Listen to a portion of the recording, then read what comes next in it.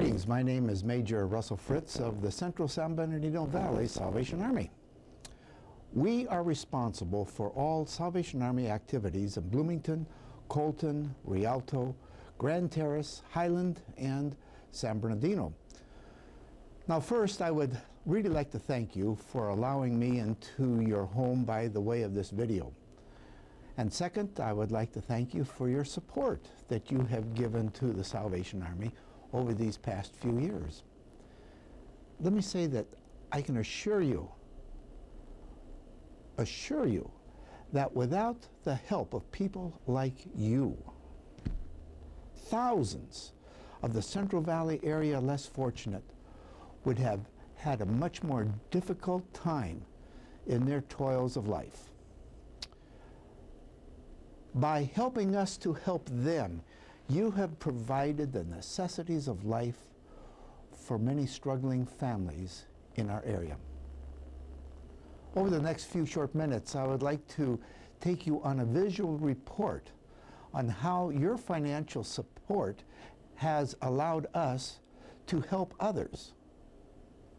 Thank you so much for all you've done in allowing us to help the needy in our area, and I hope that this will be an enlightening time for you, that you can see with your own eyes what we do, how we do it, and most of all, why we do it. So again, sit back, relax, enjoy the next few minutes, and thank you very much.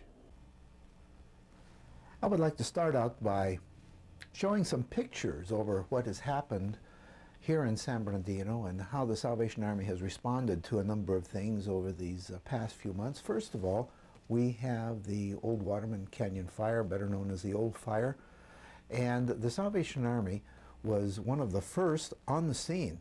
As a matter of fact, it started at about 9:20, 9:30, and at 10 o'clock, myself and a couple of other people with the Emergency Service Canteen, which is a mobile kitchen you see to the left there with a big shield on it, was at the command post at 40th and Waterman Street, and we were there until Thursday morning.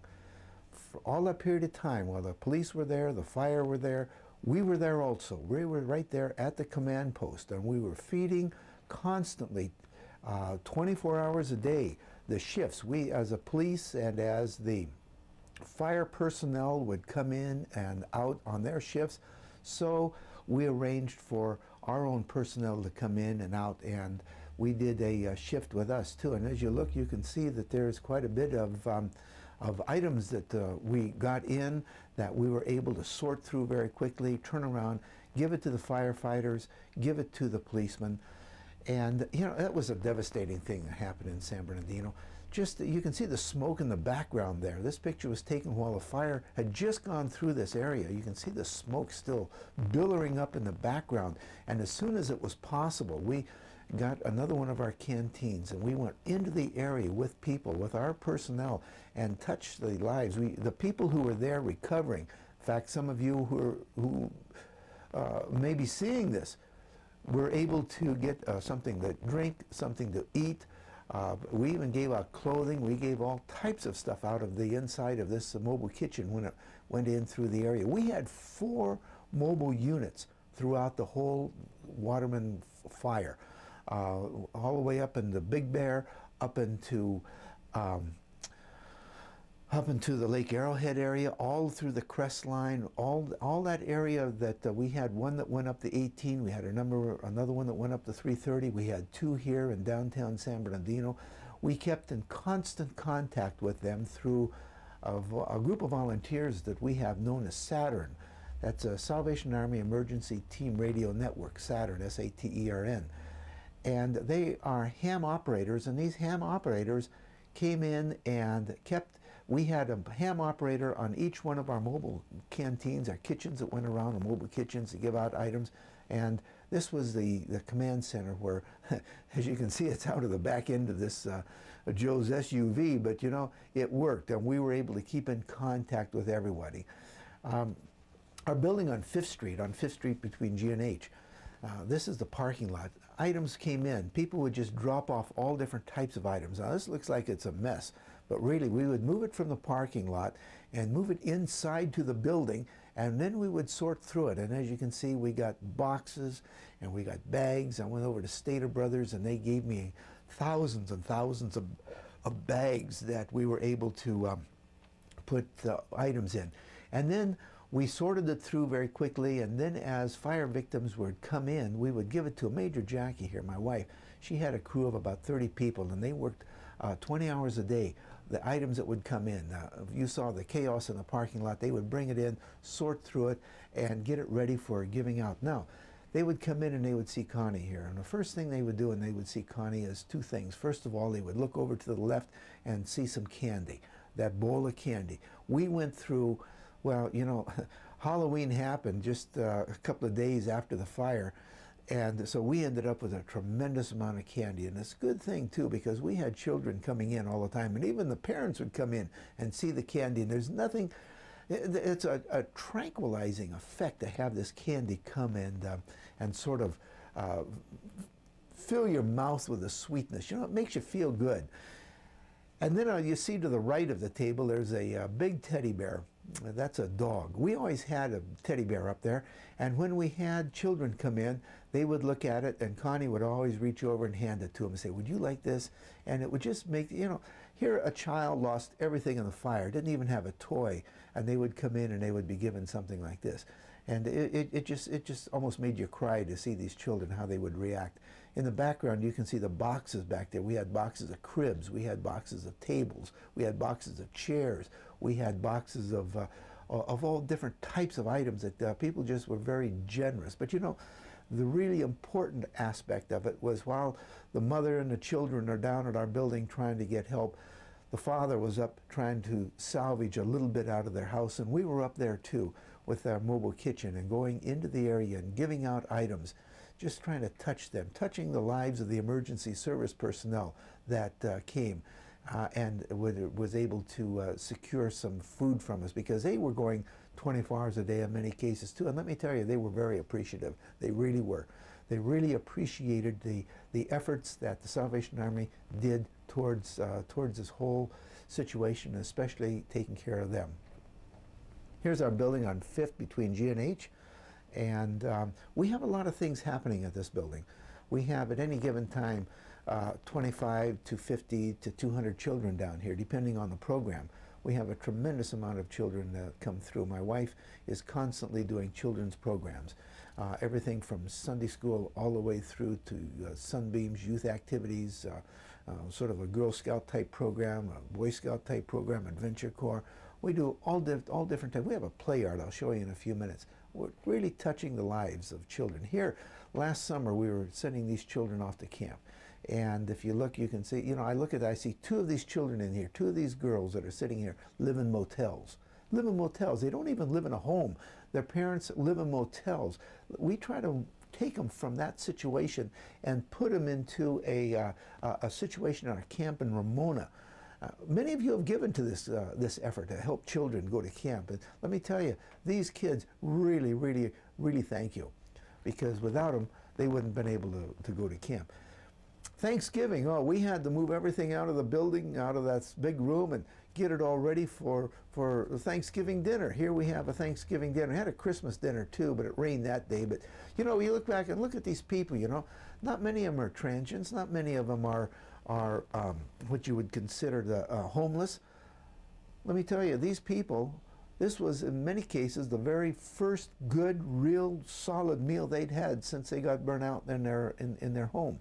They were eating in restaurants, or they were eating in wherever they could. They're at our food line over on Kingman Street, which I'll show you in a few minutes. We had this nice sit-down meal. Over 700 people came in on Thanksgiving Day and had this very good Thanksgiving dinner. Thanks to Apollio Loco. Apollio Loco just supplied the chicken and supplied the. They really, really went over backwards to help this year. So thank you, Apollio Loco, and all the volunteers that came down. Perhaps some of you seeing this were down here volunteering and you knew what it was like. And so I don't have to go any further on that. Part of our building on 5th Street, we have an auditorium. We have about 20 pews in here. And as you can see, there's a lot of children here. We have an anti-drug play going on. Teen Challenge came up from Riverside down in the castle. And they came in for this anti-drug play. I mean, it was a very strong anti-drug, anti-alcohol. You know, kids stay away from this stuff. And they made it fun, but the message was there. Children, stay away from substance abuse because it will only tear you down. And that's what we try to get across. The moral building programs of Salvation Army are very, very strong. You know, we're entrusted with the lives of these children. And so because of that, we try to expose them to every possible way in which to keep themselves from falling into the traps that are out there as they live their daily life. We also have in the back room, in the multi-purpose room, we do everything back here, I think. We have Thanksgiving dinners, and we had it full of fire relief, and now we have a mentally challenged group that comes in on a weekly basis. And they come in, you know, and they have a good time. You can see them watching television, they play bingo, they eat lunch. Oh, it's a great time for them. You know, we even try to make it better because we have special guests that come in and sing to them. Nothing like love me tender, love me sweet, and then he holds their hand, you know. And I have some pictures I won't show you now because I don't have time, but pictures of these people almost crying because the pseudo Elvis here is singing to them. But you know, even though it's a happy life for some people, it's not happy life for everyone. Here we are at 12:30 at night in an area, well, I won't say where, but let me just say it's within the San Bernardino, Colton, Rialto, Bloomington area. Our food service, our emergency disaster service canteen goes out, our mobile kitchen goes out midnight, 1 o'clock in the morning, and feeds people who, some of them haven't eaten during the daytime. And you know what's really sad is when you look down and see these little children. These little children here that come out at midnight, the parents bring them out midnight, 1 o'clock, just so they can have something to eat. It's very, very sad. But we do this because we feel very strongly that there's hungry people out there, and we want to be able to help them. And as long as we receive the financial support to be able to do this, we're going to be able to do it. We have an advisory board. This advisory board, very, very, very, well, it's very hands-on. This advisory board, this is a typical advisory board meeting. This one just happens to be at our Christmas time. The man to the left here in the uniform is my boss, Lieutenant Colonel Douglas O'Brien. He came in. The man to the right is the board chair. And if you look down, you can see that these are, you might even recognize some of the people here. They're very well known within the community. These are individuals who have more hands-on than a lot of people within the board of directors type of thing, because these people have watched very closely the financial, the program aspects, the property aspects, everything that has to be done here in the area, these people are responsible for. Now, I'm going to get away from taking pictures and showing you still pictures and getting you into some live pictures and show you what's really happening. So, I'm going to, we're going to go out and look around the building here on 5th Street and see what we have, and I'm sure that you're going to find it very, very, very interesting.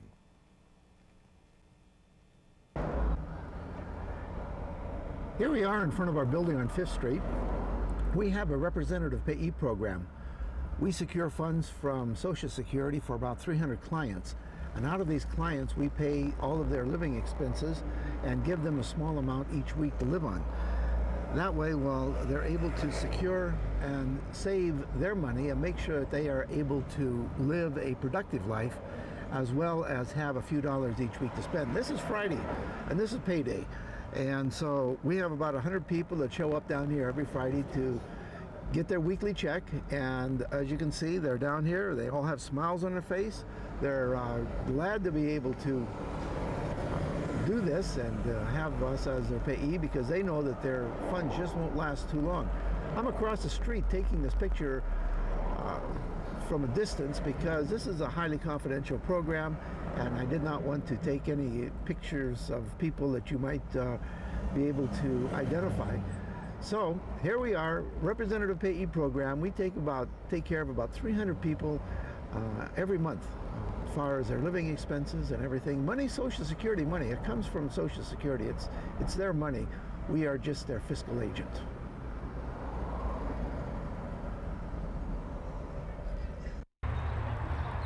This is our hospitality house homeless shelter, immediately adjacent to the 215 and on Kingman Street. It's just off of H in downtown San Bernardino. We're going to take a walk inside and show you some of the things we do in here. This is the dormitory of our hospitality house on the inside. As you can see, we have a number of people in the room here, and this is basically what we have in this room is just basically women and children. Linda Lott, our director, and women and children is all we have in here because we have such a need. All we have these days are women and children that are coming in. We turn around and they're knocking at our door every single day. In the back room we have an area that we've set aside for children to be able to do their homework. Plus the city of San Bernardino gave us a grant to where we could have women who are on our program come in and be able to learn how to use a computer so that they could go out and get a job, at least be somewhat computer literate. And that's what we have in one of our back rooms of this hospitality house.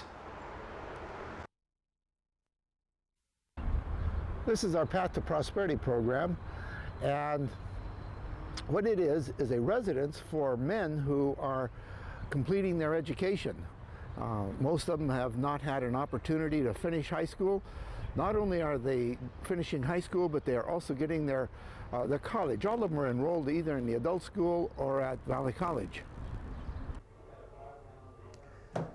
Hello, my name is Joe. I was lost in my addiction and was suicidal and depressed. I had nowhere to go, and I'd lost everything in my addiction, and so I prayed to God to help me.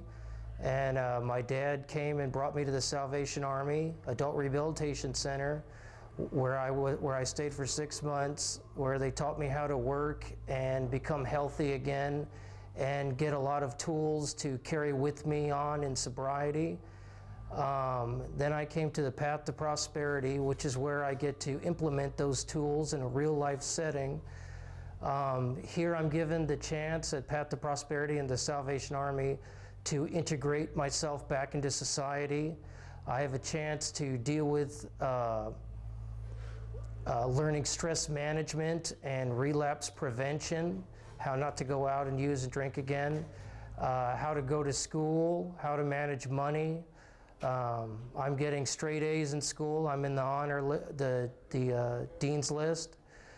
How to go for interviews, how to be a productive member in society. I do volunteer work for the church, also for the Red Cross.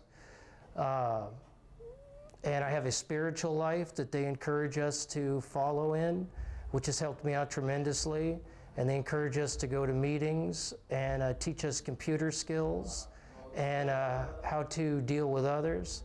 And basically now I have hope, a reason to live, and I want to become a productive member of society, which they're helping me to be in. And I could not have done it if it wasn't for the Path to Prosperity and the Salvation Army.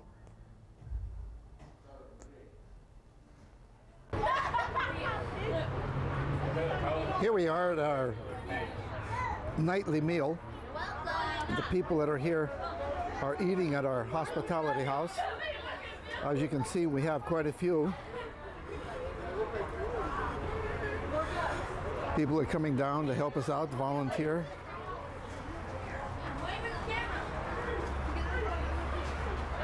A typical night's meal, not too bad. Actually, if we take the cup off, you can see really they have it's a pretty good plate. Then we always make sure that there's enough for seconds or until the food is gone.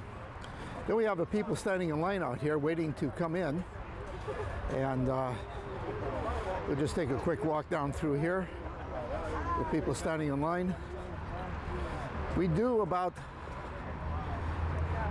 800 to 1,000 meals a day out of this kitchen that we have at our hospitality house. And as you can see, the line goes on down the block, down to 8th Street. And people come in here every night 365 days of the year, get something to eat. Well, there you have it, and I hope that you have enjoyed our quick tour through the Salvation Army programs. Listen, let me tell you that it is only through the help of people like you that we are able to continue touching the lives of the less fortunate within our communities. And so, you know, there's an envelope enclosed with this video, and if you feel so inclined, please feel free to help us, because we need all the help we can get. We're here helping, as you can look around, see, helping everybody. Whether they're 80 years old standing in our food line, or whether they're, how old are you? You're 4 years old eating a cookie out here. It all comes down to the same thing. It's touching people's lives. And that's what we are after here, touching people's lives. And we can only do it through your help. So thank you very much for the help that you've given us and the help that you will continue giving us. May God bless each one of you.